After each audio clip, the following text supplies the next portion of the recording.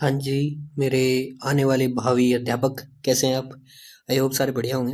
आज कलाम test series जो है अपनी, उसका हमने फर्स्ट ग्रेड का स्टार्ट किया था। सेकंड ग्रेड तो चल ही रही है।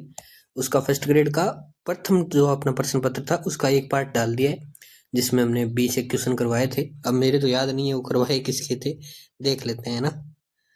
अ, ये हाँ, जियोग्राफी के करवाए थे भाई। तो अभी जो है अपन करेंगे 10 क्वेश्चन तो करेंगे मैथ के। ये 10 क्वेश्चन है, मैंने कल छोड़ दिए थे। 10 क्वेश्चन मैथ के कर लेंगे, और एक है 15 क्वेश्चन शायद उसके, क्या नाम बोलते हैं उसको, हिस्ट्री। क्या देख लेते हैं यार, हिस्ट्री के किसके याद नहीं रहता, देखो सीधी बात है। चेक ही कर लेते हैं ना, चेक करने में क्या जा रहा है। हाँ, हिस्ट्री के ही हैं। तो देखो, ये हिस्ट्री के 15 क्वेश्चन और ये रहेंगे। अब मैं ये बात पहले इसलिए बता रहा हूँ क्योंकि कुछ लोग मतलब ऐसे है कि नहीं सर मुझे तो हिस्ट्री का भी नहीं देखना था, मुझे तो उसका देखना था। कोई हिंदी का देखने आया होगा, कोई किसी का देखने आया होगा। तो वो पहले बता देनी चाहिए कि हम इस वीडियो में क्या कवर होने वाला है। बाकी पार्ट 3 में जो बचेगा वो सारा करवा देंगे, क्योंकि लगभग ये 25 क्वेश्चन हो जाएंगे और 20 पहले करवा चुका हूँ। और फिर बचेंगे कितने आपके 75 क्वेश्चन तो आते ही हैं, 40 से 45 तो हो ही जाएंगे, 30 एक बचेंगे, वो एक वीडियो में कवर करवा देंगे, जिसमें आपका करंट वगैरह और जो हिंदी के 5% वो वगैरह बचेंगे वो करवा देंगे। अभी के लिए ये हुआ कब था पेपर वो बताता हूँ। 1 तारीख को हुआ था, फरवरी में 2026 में। माइनर टेस्ट 1 है, सारे टेस्ट धीरे धीरे आ जाएंगे। और वैसे हमने ये टेलीग्राम पे डाल दिया है अपने। अब टेलीग्राम का लिंक कहाँ मिलेगा? टेलीग्राम के 2 लिंक मिलेंगे आपको नीचे डिस्क्रिप्शन में, दोनों ग्रुप ज्वाइन कर लेना। एक में टेस्ट सीरीज है और एक में आपको बुक्स पीडीएफ मिलती है, जो इंपॉर्टेंट बुक्स होती है, कोई भी कोचिंग की या कोई मतलब इंडी ग्रंथ अकादमी की है, जैसे भी है, वो सारी पीडीएफ आपको यहाँ पे मिलती है, या हैंड राइटन नोट्स मान लीजिए। अब दोनों में से मैं ये नहीं बताऊंगा कौन से में क्या है, आपको दोनों ज्वाइन करने हैं, ठीक है? ज्वाइन कर लेना। एक में टेस्ट सीरीज डाली हुई है और पिन कमेंट देख लिया करो, जो ग्रुप का पिन होता है ना ऊपर, जैसे टेलीग्राम में पिन किया जाता है कोई चीज, तो वो पिन देख लिया करो, उसमें सारा कुछ लिखा होता है, क्योंकि ढूंढने में टाइम लग जाता है। और पिन में उस पर क्लिक करा और वहां पे पहुंच गए, बस इतना ही काम होता है। तो अब देखो, ज्यादा टाइम बर्बाद नहीं करेंगे, एक क्वेश्चन नंबर फर्स्ट से स्टार्ट करते हैं। उससे पहले मैं थोड़ा सा मोबाइल चेक कर लेता हूँ, उसमें कॉल आ रहा है। देखो, पहला क्वेश्चन है अपना, एक पूर्णांक व उसके वर्ग का योग होता है। एक पूर्णांक और उसके वर्ग का योग क्या होता है अभी बताना है आपको। तो देखो, कोई पूर्णांक मान लेते हैं एक्स है। अब पूर्णांक और उसके वर्ग है, अब इसका वर्ग करना है यानी इसकी स्क्वायर करनी है और उसका योग करना है, ठीक है? ये पूर्णांक हो गया, पूर्णांक का फिर स्क्वायर करना, फिर दोनों को ऐड करना, ये क्वेश्चन का आंसर है। अब इसमें से एक्स कॉमन ले लें तो x+1 हो गया, ठीक है? तो क्या हो गया? अब कुछ देखो, इनका गुणनफल क्या आएगा। अब दो क्रमागत संख्याएं हैं, उसका गुणनफल आपको करना है। जैसे यहाँ पे मैं ले लेता हूँ 3 ले लेता हूँ, तो 3+1 लूंगा तो ये 4 हो गया, तो 4 या 12 हो गए। और एग्जाम्पल ले लेते हैं, जैसे ये विषम संख्या का लिया, सम संख्या का ले लेते हैं। तो सम में मैं यहाँ पे 2 लेता हूँ, फिर 2+1 लेता हूँ, 3, 2+1, ठीक है, 3 हो गए। 2+1 3 हो गए, और 3×2 = 6 हो गया। मतलब असमी संख्या रही है। कुछ भी कर लेना, कुछ भी, सम ले ली, विषम ले ली, दो संख्या लेनी थी, दोनों ले ली। पूर्णांक लेना था, पूर्णांक आपको लेना है। तो पूर्णांक में आपको क्या करना था, या तो सम ले लो या विषम ले लो, दो ही संख्या होती है पूर्णांक में हम अपने पास। तो हमने सम लेके भी देख लिया, विषम लेके भी देख लिया, सम ही आंसर आ रहा है, तो सम संख्या राइट कर दो। हाँ जी, नेक्स्ट क्वेश्चन पढ़िए। लिखा है, निम्नलिखित में कथनों पर विचार करना है आपको। पहला ऑप्शन दिया गया है, प्रत्येक वास्तविक संख्या या तो परिमेय या अप्रिमेय होती है। ये प्रश्न बिल्कुल राइट है। प्रत्येक वास्तविक संख्या दो ही प्रकार की हो सकती है। जैसे यहाँ पर दो पार्ट होते हैं वास्तविक संख्या के, या तो परिमेय होगी या अप्रिमेय होगी, ठीक है? अब यहाँ पे पूछा है पाई एक अप्रिमेय संख्या है। बिल्कुल पाई एक अप्रिमेय संख्या है, क्योंकि इसका अगर हम प्रसार देखते हैं तो इसको 3.14 और 1.5 ऐसे चलता है ये। और इसमें क्या होता है कि पुनरावृत्ति नहीं होती, और ना ही ये कभी रुकता है। अगर ये रुक गया तो हम कह सकते हैं प्रीमियर संख्या हो सकती है, लेकिन ये कंडीशन होती है प्रीमियर संख्या की कि इसका प्रसार जो होता है वो एक तो रिपीट नहीं होता और एक चलता रहता है निरंतर। तो वो चलता ही रहेगा। ये पाई एक अप्रिमेय संख्या है। दशमलव को 4 स्थानों के बाद शांत हो जाएगी। अब इसके 4 स्थान आपको देखने पड़ेंगे, कैसे शांत हो जाएगी कैसे नहीं होगी। ठीक है। तो यहाँ पे आपको नॉर्मल सी थोड़ी सी कैलकुलेशन आपको यहाँ पे करनी पड़ती है। जैसे यहाँ पे हम देख रहे हैं कि 2 की पावर तो 4 है, लेकिन 5 की पावर 3 ही है, तो 5 की एक पावर और लानी पड़ेगी। उसके लिए आपको क्या करना है, 3 की 2 की पावर 4 है, 5 की पावर 3 है, एक पावर से गुणा कर दो, 5/5 ऊपर नीचे बराबर करना होगा ना, तभी तो बराबर रहेगा। अब हम गुणा कर देते हैं, तो 43 को 5 से गुणा करेंगे 215 हो जाएंगे। नीचे अपन गुणा करेंगे तो 2 × 5, और इसकी भी 4 होगी तो इसकी भी 4 होगी, दोनों की 4 है तो दोनों की होल पावर लिख दूं 4। ठीक है, गुणा में है, कोई फर्क पड़ेगा नहीं। तो अब आपको 4 स्थानों तक देखना था, 4 स्थानों के बाद क्या शांत हो जाएगी, तो 4 स्थान तक भाग देना पड़ेगा आपको। अब 215 और ये 5 दूनी कितना हो गया, 10 की पावर 4 होगी, 10 की पावर 4 कितना होता है, 10,000। ठीक है, तो अब यहाँ पे अपन को भाग देना है, और भाग दे के देखना है कि क्या आंसर आएगा। अब मैं यहाँ पे आपको शॉर्ट में इसका आंसर बता देता हूँ। जैसे 1 2 3 है, और यहाँ पे नीचे संख्या है 1 2 3 4 4 जीरो है, तो 4 जीरो के बाद पॉइंट लग जाएगा, यही होता है। तो यहाँ पे 4 अंकों के बाद पॉइंट लगाना है, तो यहाँ पे 3 ही अंक है, एक जीरो लगा देते हैं, फिर पॉइंट लगा देते हैं, और ये हट जाएगा। ये शॉर्ट उपाय है, 0.021 आ गया। अब देखो 10,000 का भाग लग रहा है, ऑब्वियस सी बात है, यहाँ के बाद ये कंटिन्यू नहीं चल रहा आगे, इसका मतलब है ये शांत हो गया यहीं पे, तो शांत हो जाएगा, बिल्कुल सही बात है। तो 1 2 3 तीनों सही है, तीनों सही है, ABC। ओके, तो ये थोड़ी सी कैलकुलेशन थी। वैसे मेरा सब्जेक्ट मैथ है, इसलिए थोड़ा सा डीपली आपको बता पा रहा हूँ, टाइम लग रहा है। ठीक है, तो थोड़ा फास्टली करते हैं, क्योंकि इतने टाइम में तो 25 क्वेश्चन फिर होंगे नहीं, जल्दी जल्दी। 3 नंबर क्वेश्चन है, इसका मान आपको पूछा है।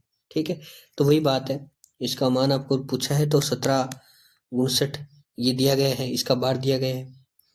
तो उसके बाद आपको प्लस 0.3041 दिया गया है।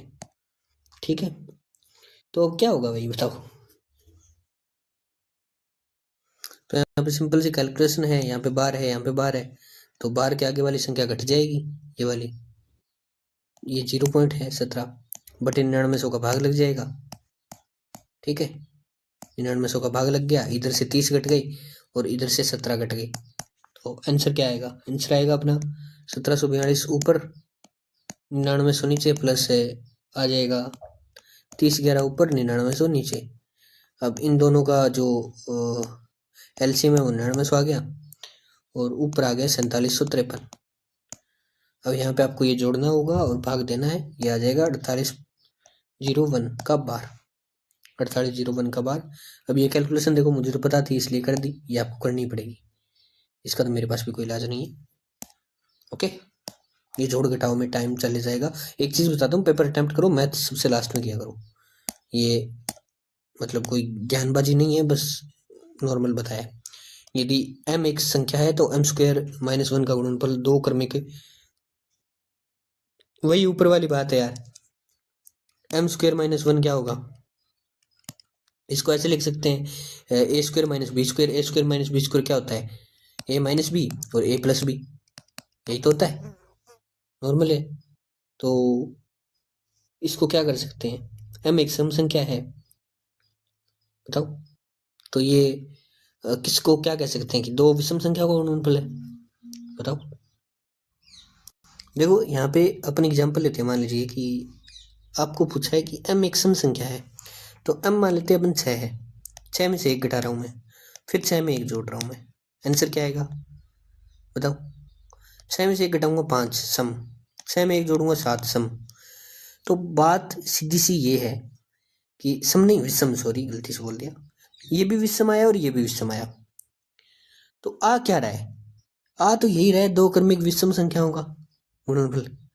ठीक है, यही है, और दो क्रमिक है, क्रमगत है, एक उससे नीचे है एक उससे ऊपर है, दो विषम संख्या है लगातार, ऐसे नहीं है कि क्रम टूट रहा है, कहीं 5 आ गई कहीं 9 आ गई, ऐसा नहीं है, विषम संख्या इसका सही आंसर हो जाएगा। और 5 नंबर क्वेश्चन, ये वही सेम क्वेश्चन है, 0.11 है और 11/99 कर दो, प्लस 22/99 कर दो, इंटू 3 है ही, आंसर कर लेना, एक आंसर आएगा। ठीक है, नेक्स्ट पे चलते हैं, संख्या 2√3 है, 2√3 क्या है, 2 रूट 3 एक अप्रिमेय संख्या है भाई, इसमें तो सोचना ही क्या है। और फिर आगे लिखा है संख्याओं से प्रिमेय संख्याओं का योग क्या होगा।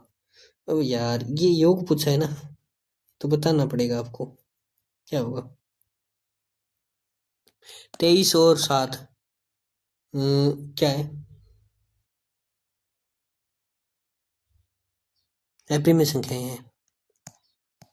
23 और 7 अप्रिमेय संख्याएं, ठीक है। इनको अपन पी बट्टे क्यू के रूप में नहीं लिख सकते, जिनको लिख सकते हैं उनका बताना है अपने को। तो 225 का रूट क्या होगा, ये होगा 15, ये दिया ही गया है आपको। तो 15 में प्लस ऐड कर लो 0.3796, आंसर क्या आएगा 15 और ये 15 के समथिंग ही आएगा ना, तो ये आ गया आंसर, राइट। बस सिंपल, कोई ज़्यादा सोचने वाली बात ही नहीं है। सत्य कथन बताना है आपको 2 अप्रिमेय संख्याओं का। चलो पढ़ो, यहाँ पे पहले ऑप्शन देख लेते हैं क्या क्या है। केवल 1 और 2, 2 1 ऐसे पूछा गया है आपसे, ठीक है। तो यहाँ पे पूछा 2 अप्रिमेय संख्याओं का योग प्रिमेय संख्याएं भी होता है, अप्रिमेय संख्या भी, बिल्कुल सही बात है। एक प्रिमेय व अप्रिमेय संख्या का योग सदैव एक अप्रिमेय संख्या होती है, ये भी सही बात है। एक शून्येतर प्रिमेय संख्या व अप्रिमेय संख्या का गुणनफल सदैव एक अप्रिमेय संख्या होती है, ये भी सही बात है। तो तीनों ऑप्शन राइट है यहाँ पे, तो तीनों ऑप्शन 1 2 3, चौथा ऑप्शन राइट। किसी भी संख्या रेखा पर स्थित प्रत्येक बिंदु निरूपित करता है, प्रत्येक बिंदु निरूपित करता है भाई वास्तविक संख्या को, ठीक है। जैसे कोई संख्या रेखा है, यहाँ पे जैसे हम दर्शा रहे हैं, जैसे ये एक्स वाली संख्या रेखा है, वो एक्स है, एक्स एक्स है, तो इस पे जो भी बिंदु होंगे वो किसको दर्शाएंगे, वो पूर्णांक होगा। यहाँ पे 0 मान लीजिए, यहाँ पे 1 होगा, 2 होगा, ये पूर्णांक होंगे। पूर्णांक नहीं, सॉरी, वास्तविक संख्या यार, पूर्णांक तो 1 हो गया। अब 1.2 भी हो सकता है, ऐसे तो नहीं है यहाँ पे आयोटा आ रहा है, काल्पनिक आ रहा है, नहीं आ रहा, ठीक है। एक प्राकृतिक संख्या, एक प्रिमेय संख्या, एक अप्रिमेय संख्या, ये इनका कोई मतलब नहीं है। अद्वितीय वास्तविक संख्या होगी, अद्वितीय मतलब कोई दूसरी उसकी जैसी सेम नहीं होगी, और वास्तविक संख्या होगी। निम्नलिखित को घटते हुए क्रम में व्यवस्थित करें। घटते हुए क्रम में आपको बताना है क्या रहेगा। तो पाई का मान होता है सबसे बड़ा, तो पाई आ गया, पाई आना चाहिए क्या, पाई के बाद 2, 2 के बाद √2 और फिर 1, ये मान आ रहे हैं। तो 10 नंबर ऑप्शन क्या होना चाहिए,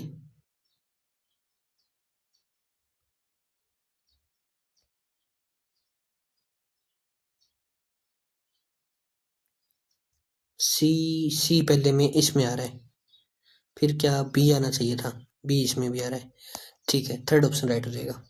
अब चलते हैं अपन अपने हिस्ट्री की तरफ, हिस्ट्री भी जरूरी है ना। चलो ये करते हैं हिस्ट्री, 32 नंबर क्वेश्चन स्टार्ट। 32 है या 31 है, 31 और है ना, हाँ 31 और है भाई, ये मैंने बता रखा है ऐसे, फर्स्ट ग्रेड सेकंड ग्रेड, ठीक है। तो देखो हिस्ट्री हो रहा है, हिस्ट्री से शुरू कर लेते हैं।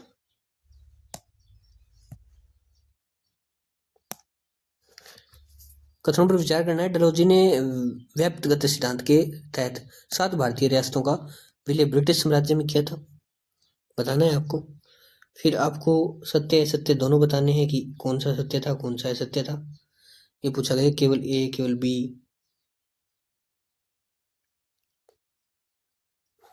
तो ब्रिटिश साम्राज्य में किया था भारतीय रियासतों का विलय, बिल्कुल सही बात है। डलहौजी से पूर्व भी एआईसी कंपनी ने सूरत को अलावा जैसी रियासतों का विलय गोद निषेध नीति के आधार पर किया था, बिल्कुल सही बात है। तो जो गोद निषेध नीति है उसके आधार पे तो मांडवी, कोलाबा, जालौन, सूरत 4 का किया था। और यहाँ पे सूरत और कोलाबा दे रखा है, और उसके अलावा जैसे एक जालौन है, एक मांडवी है, महाराष्ट्र का है मांडवी तो, और जो जालौन है वो यूपी का है। तो ये सन वगैरह आपको याद रखने की जरूरत है क्या, मेरे हिसाब से नहीं है, बाकी देख लेना। देखो अब आगे, और तो इसमें जो आपका पहले कौन सी रियासत है, और भी तो है। डलहौजी ने 7 रियासतों का विलय किया था, उसमें जो लैप्स थ्योरी, ये लैप्स थ्योरी है ना, इसके अंतर्गत 7 रियासतों का किया गया था, जैसे सतारा, जेतपुरा, संबलपुर, बघाट, उदयपुर, नागपुर और झांसी। तो ये याद रख लेना। ओके, तो ए और बी दोनों सत्य हो जाएंगे। नेक्स्ट पे चलते हैं। हाँ जी, आगे क्वेश्चन है 32 नंबर। थोड़ा सा बीच बीच में और भी काम करने पड़ते हैं यार। जगहों पर हुए विद्रोह को कालक्रम व्यवस्थित कीजिए। तो आपको कालक्रम व्यवस्थित करना है। रुहेलखंड, अब कालक्रम में पहले तो आपको डेट याद होनी चाहिए, सीधी बात। फिर आपका विस्तृत होगा। तो रुहेलखंड का कब हुआ था ये जो आपका विद्रोह है वो हुआ था जून 1857। वैसे तो सभी जून में ही है, तो जून 1857। फैजाबाद, फैजाबाद का आपका हुआ था 6 जून 1857। 6 जून 57, ठीक है। झांसी की बात करें, झांसी का हुआ था वो तात्या टोपे वाला, ठीक है, 4 जून 1857 को। उसके बाद आता है कानपुर। तो कानपुर में जो आपका है वो हुआ था 5 जून। तो ऑब्वियस सी बात है, पहले 4 जून को लेंगे ना, 4 को ही लेंगे, फिर 5 को लेंगे बी डी, फिर 6 को लेंगे। और जिसका इसका तो पता ही नहीं है रुहेलखंड का, तो इसको जून में सीधा कंसिडर करेंगे। तो क्या हो गया, C D B, C D B A, C D B A. तो पहला ऑप्शन राइट हो जाता है ना, पहला ऑप्शन राइट हो गया। अब देखो, इसमें दो ऐसे हैं जो मई में भी है, जिनका मैं बताता हूँ। जैसे मई और वैसे जून में ही आ जाता है एक, तो दिल्ली, दिल्ली जो आपका है वो है 12 मई। अगर यहाँ पे दिल्ली आता ना, सबसे पहले दिल्ली होता 12 मई 1857। और एक आपका लखनऊ, लखनऊ जो बेगम हजरत महल है उसकी बात हो रही है 1857, ठीक है, 30 मई 1857 ये है। तो ये मुझे आज लग रहा है वीडियो ज़्यादा बड़ा हो गया ना, 16 मिनट का हो गया। दिल्ली में 1857 की विद्रोह के संबंध में निम्न में से ऐसे कथन बताना है आपको, निम्न में से। तो मेरठ छावनी के सैनिकों ने 10 मई 1857 को दिल्ली पर अधिकार कर लिया। 10 मई नहीं है, ये 12 मई है, 12 मई को अधिकार किया था, तो पहला ऑप्शन गलत हो गया। बहादुर शाह ने 25 अगस्त 1857 को आजमगढ़ घोषणा कर सभी वर्गों का सहयोग का आह्वान किया। बिल्कुल सही बात है ना, अरे सही है कि नहीं है, पहले तो हम चूज कर लेते हैं, अपने को बताना क्या है, असत्य कथन बताना था। असत्य तो पहला ही है, बाकी क्या बताना है। ये भी सही है, ये भी सही है, देख लेना। इस विद्रोह में निकलसन की मौत हो गई, सही बात है। बहादुर शाह न्यायाधीश है, एडियर की अध्यक्षता में लाल किले के मुकदमा चलाया, बिल्कुल सही। तो पहला ऑप्शन था आपका वो यहाँ पे गलत है, जो कि इस प्रश्न के लिए सही है। क्रांतिकारी और नेतृत्व बताना आपको किसने किया था, बताओ भी। तो मांडला क्षेत्र का यहाँ पे किया था अवंतीबाई ने, यही है क्या, यही है। असम का किया था दीवान मनीराम ने। मेवात का शत्रुद्दीन ने। उड़ीसा, ये उड़ीसा वाला गलत हो गया ना, एसमिलित बताना था, उड़ीसा वाला गलत हो गया। इसके हैं एक तो उज्जवल शाह है, उज्जवल शाह। एक आपके सुरेंद्र शाह। तो दो ऑप्शन है, ये हैं दोनों, ये गलत हो गया। 35 नंबर क्वेश्चन पे चलते हैं। 27 जून 1857 को सतीचौरा पर 40 अंग्रेजों को क्रांतिकारियों ने मार डाला। इस सतीचौरा घाट का संबंध किस विद्रोह से है, सतीचौरा घाट का संबंध किस विद्रोह से है। सतीचौरा घाट का संबंध तो इलाहाबाद से नहीं है, इलाहाबाद से ही है। 27 जून 1857 को सतीचौरा पर 40 अंग्रेजों के क्रांतिकारियों ने मार डाला, ठीक है। तो क्या होगा, नहीं कानपुर होना चाहिए, कानपुर है। सतीचौरा घाट को जो हुआ था कानपुर में, शुरुआत 5 जून को किसने की थी, नाना साहेब ने, नाना साहेब ने की थी। और ये कानपुर आएगा, नाना साहेब कानपुर से संबंधित। तो पहला ऑप्शन आपका राइट होगा, ओके। 1857 की क्रांति राजनीतिक तथा राष्ट्रीय दोनों थी, कथन किसका है। ये तो डॉक्टर वीर सावरकर का नहीं है क्या, इनका नहीं है, इनका तो वो था ना स्वराज वाला। और चार्ल्स टैक्स लाला लाजपत राय, बिल्कुल लाला लाजपत राय, राइट आंसर, ठीक है। कौन सा कथन राजा राम मोहन राय के विषय में सत्य नहीं है। राजा राम मोहन राय की जीवनी खंकोलनी हमें। प्रिपरेस ऑफ जीसस पुस्तक की रचना राय के प्रसन्न कुमार नाम से की थी। 37। असत्य कथन बताना है अपने को। पहला सत्य है, वे सती प्रथा का विरोध करने वाले प्रथम भारतीय थे, बिल्कुल सही बात है। और इन्होंने तो वो बैन करवाया था। 20 अगस्त 1829 को इन्होंने ब्रह्मा समाज की स्थापना की थी। ये गलत नहीं हो गया क्या? उन्होंने पृथ्वी, ये क्या है, appeal to the Christian public नामक लघु पुस्तक की रचना की थी। बिल्कुल सही बात है। तो आपका यह सत्य कथन है 18 अगस्त 1829 को इन्होंने ब्रह्मा समाज की स्थापना की थी। ये बात गलत है भाई।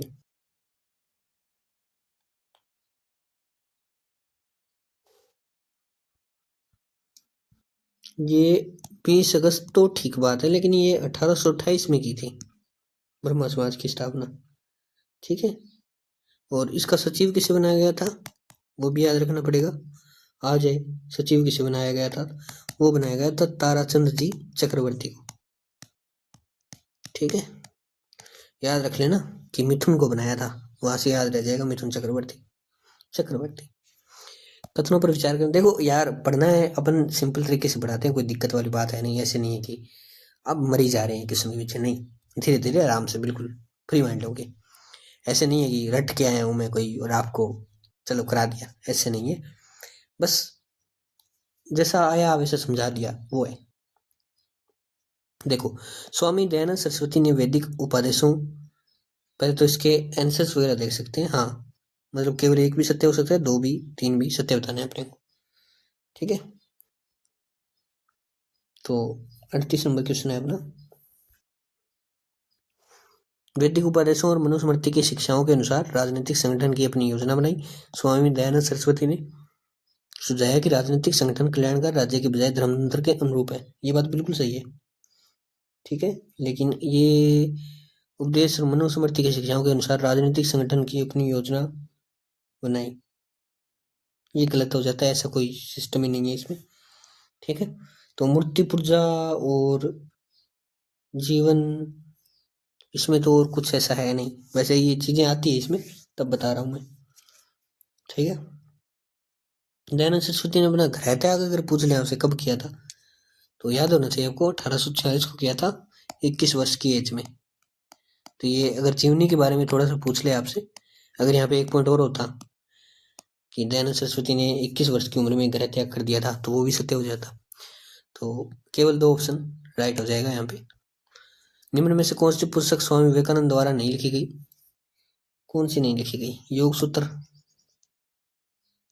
योग सूत्र नहीं लिखी गई ना? नहीं लिखी गई। लिखी गई है वो पढ़ लेते हैं यार, अपने आप ही हो जाएगा। लिखी कौन सी गई है? 10 एक लिखी गई है मैन मैन तो एक तो मैं बताता हूँ, राजयोग है। अगर एक तो योग वाली आपको मिले ना, योग लास्ट में योग मिले, अब इसके तो पहले ही है योग, लास्ट में योग मिले, वो बता रहा हूँ। जैसे ज्ञान योग है, एक भक्ति योग है, एक कर्म योग है।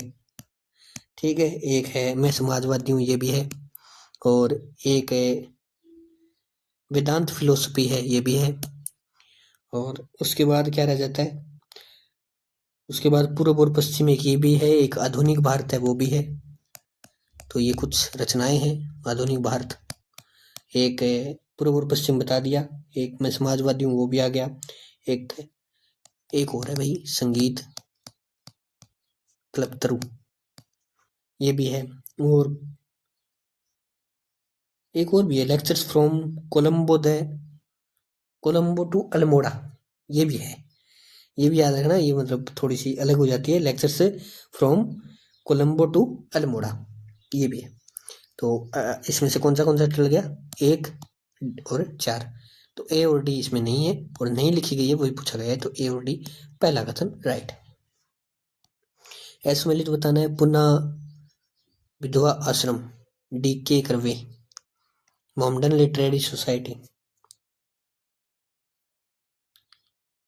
ये सैयद है क्या? हाँ, सैयद, सैयद अहमद खां। ये नहीं है, सैयद अहमद खान नहीं है, इसके हैं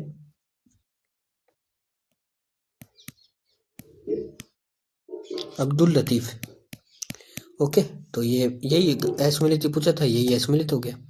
बाकी सारे सही हैं और इसका आंसर भी बता दिया है। स्थानों में कालक्रम, फिर कालक्रम आ गया। पिछली बार तो आरपीएस नहीं, और रीट के पेपर में कालक्रम आरएसएस भी ने दिया था ना, हद ही कर दी थी। ठीक है, तो आपसे पूछा है कालक्रम 41 नंबर में, सत्य शोधक समाज, रामकृष्ण मिशन, वेद समाज, तत्वबोधिनी सभा। तो पहले तो इसके वो लिख लेते हैं ना। इसकी जो स्थापना है वो 1873 में हुई थी। रामकृष्ण मिशन पुणे महाराष्ट्र में हुई थी, पुणे महाराष्ट्र में ज्योतिबा फुले ने मुहिम चलाई थी ये। ठीक है, और तो 1857 के बाद रामकृष्ण मिशन, वो रामकृष्ण उनके गुरु थे ना विवेकानंद जी के, तो 5 मई को इन्होंने की थी 1897 में, 1897। ओके, और यार वेद समाज आ गया। वेद समाज की स्थापना केशव चंद्र सेन ने की थी मद्रास में 1864 में। और एक और रह गया तत्वबोधिनी सभा। तत्वबोधिनी सभा जो देवेंद्र नाथ ने कलकत्ता में की थी, तत्वरंजनी नाम था इसका पहले, तत्वरंजनी, और फिर इसका नाम बदल के तत्वबोधिनी सभा कर दिया गया था 1839 में। तो सबसे नीचे तो यही होगी नहीं 1839, तो डी सब में पहले आना चाहिए। तो एक थर्ड में आ रहा है, एक फोर्थ में आ रहा है। उसके बाद देखते हैं 1864, फिर 64 आना चाहिए, 73, 64 आना चाहिए, तो सी होना चाहिए, डी के बाद सी इसमें है, तो चौथा ऑप्शन राइट हो जाएगा। ओके, केशव चंद्र सेन ने प्रोत्साहन दिया था। ये ब्रह्म समाज के सदस्य थे, आपको पता होना चाहिए। और फिर आगे आता है कि कौन सा कथन आपको 3 4 कोई भी सही हो सकते हैं, 2 भी सही हो सकते हैं। तो अंतर्जातीय विवाह का बिल्कुल किया था, विधवा विवाह का बिल्कुल किया था, और बाल विवाह निषेध का ये भी किया था। पर्दा प्रथा उन्मूलन ये नहीं किया था इन्होंने, ऐसा कोई इसमें नहीं था। ओके, तो A B C right option हो जाते हैं, पहला ऑप्शन राइट है। बंकिम चंद्र चटर्जी के बारे में निम्नलिखित कथनों पर विचार करना है आपको। बंकिम चंद्र चटर्जी, 43 नंबर क्वेश्चन, क्या सही होगा? विपिन जो चंद्रपाल ने बंकिम चंद्र को भारतीय संस्कृति के पुनर्जागरण का पैगंबर कहा है, बिल्कुल सही है। वे कलकत्ता विश्वविद्यालय के पहले स्नातक थे, ये भी सही है, क्या सही है। इसकी तुलना फ्रेंच लेखक रेबिलस से की जाती है, ये गलत नहीं है, गलत है, ये गलत है भाई।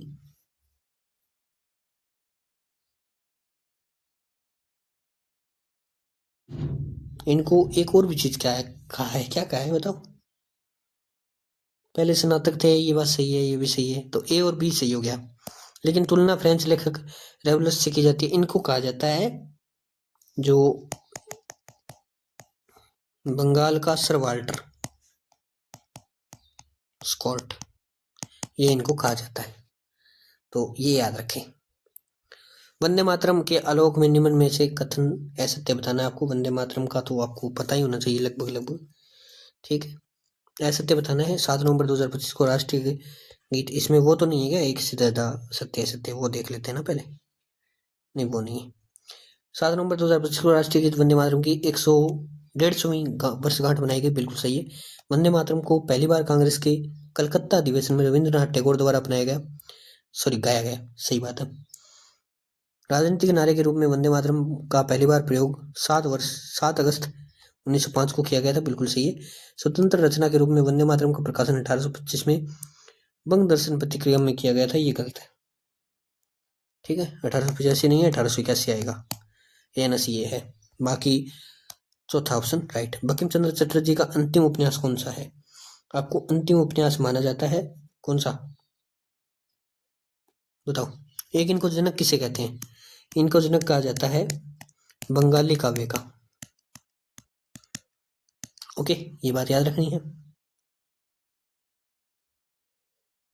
फिर आपको बताना है भाई, सीताराम, सीताराम ही है क्या? प्रथम रचना तो ये थी, फर्स्ट, ठीक है। और ये तो थी 1864 में, फिर उन्होंने 1886 में सीताराम की थी, लास्ट ये है। तो सीताराम आपको याद रहना चाहिए, बाकी और इसमें कुछ है नहीं। तो आगे आ जाता है अगला मोड, जो हिस्ट्री का नहीं है, वो हम करेंगे बाद में, अगले पार्ट में, 3 में। अभी थोड़ी सी सूचना और देता हूँ मैं आपको। अगर आपको टेस्ट सीरीज ऐसी कंटिन्यू चाहिए तो ले लेना, मिलती रहेगी चैनल पे, सब्सक्राइब कर लेना। एक थोड़ी सी इन्फॉर्मेशन दे दूँ, 7877645846 ये मेरा नंबर है। Any help, any batch, any notes, कुछ भी चाहिए मांग लेना, मिल जाएगा सब कुछ, ठीक है। तो तब तक के लिए जय हिंद, जय भारत, मिलते हैं नेक्स्ट वीडियो में। व्हाट्सअप कॉन्टैक्ट करना, कॉल मत किया करो, व्हाट्सअप कर लिया करो मैसेज, ठीक है। तब तक के लिए जय हिंद, जय भारत।